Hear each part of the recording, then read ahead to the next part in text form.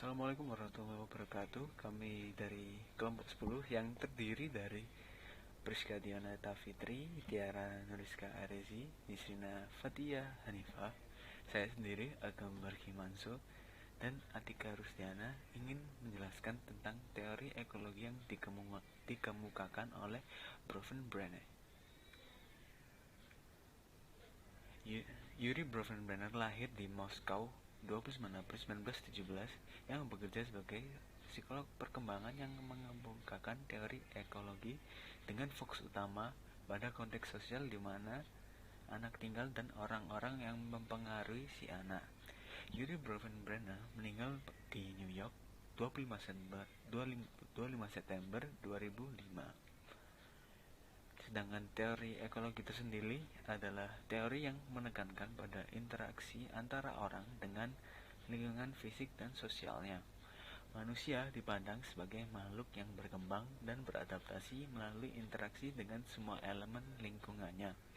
Dibagi menjadi 5 sistem, yakni mikrosistem, makrosistem, mesosistem, kronosistem, dan ekosistem. Berikut adalah gambaran pelapisan dari kelima sistem tersebut. Lapisan pertama yakni mikrosistem atau lapisan terdalam yang paling dekat dengan anak. Kemudian dilanjutkan dengan mesosistem, ekosistem, makrosistem, dan kronosistem yang merupakan lapisan terluar.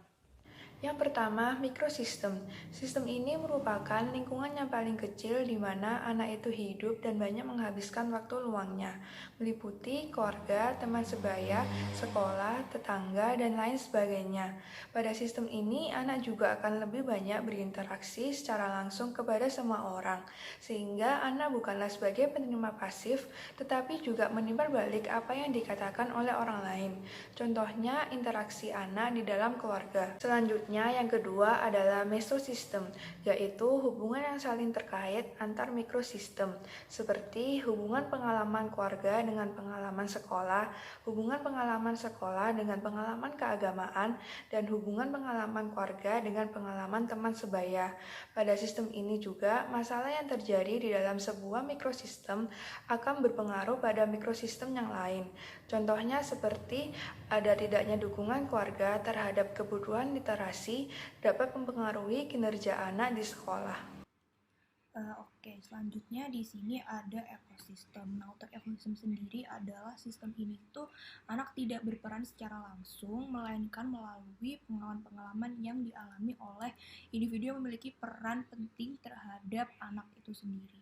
Nah, untuk contohnya sendiri ada seorang ayah kantoran yang super sering melakukan perjalanan bisnis yang dapat meningkatkan konflik, perkawinan, dan perubahan pola interaksi orang tua anak. Selanjutnya ada seorang guru yang mempunyai masalah di rumah, kemudian membawa masalah itu ke tempat kerja. Nah, hal itu dapat mempengaruhi anak atau murid. Nah, selanjutnya, kemudian yang keempat ada makrosistem. Nah, untuk makrosistem sendiri itu adalah lapisan dari lingkungan anak yang mana terdiri dari kebudayaan, adat istiadat, dan hukum di mana individu berada. Contohnya adalah anak-anak di daerah perang akan mengalami perkembangan yang berbeda daripada anak-anak yang tumbuh di masyarakat biasa, contohnya kayak damai dan sejahtera gitu. Lalu ada juga orang yang dilahirkan di keluarga miskin harus bekerja keras setiap harinya melebihi orang-orang lain. Yang selanjutnya adalah kronosistem. Nah, kronosistem ini mencakup peristiwa atau perubahan lingkungan dari waktu ke waktu beserta caranya mempengaruhi perkembangan dan perilaku. Contohnya saja, anak-anak zaman sekarang lebih fokus permainan di komputer. Jika dibanding dengan 30 tahun yang lalu, anak-anak lebih gemar bermain di luar rumah. Berikut ini adalah cara mendidik anak berdasarkan teori Bronfenbrenner. Yang pertama yakni memandang anak sebagai sosok yang terlibat dalam berbagai sistem lingkungan. Sistem lingkungan di sini tuh antara lain sekolah dan guru, orang tua dan saudara kandung, komunitas, tetangga, rekan sebaya, bahkan media, agama, dan juga kultur.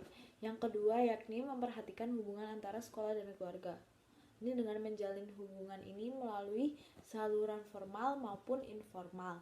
Yang ketiga yakni menyadari arti penting dari komunitas, status sosioekonomi, dan kultur dalam perkembangan anak, yang mana konteks sosial yang luas ini tuh sangat berpengaruh bagi perkembangan anak.